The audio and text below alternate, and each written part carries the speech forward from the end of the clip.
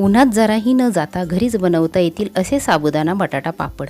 किती कुरकुरीत व पटकन होणारा वाळवणाचा पदार्थ. वर्ष काय 2 वर्ष टिकतो. उपासाला एकदम छान.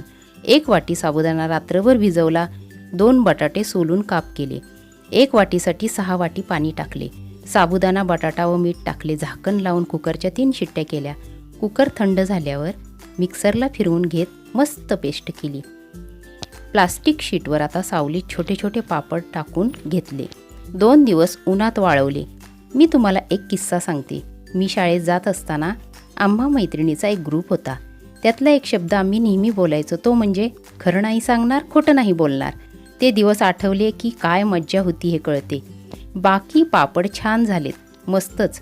तुम्ही करा आता ते फस्त व चॅनलला लाईक करा आणि सबस्क्राईब पण करा.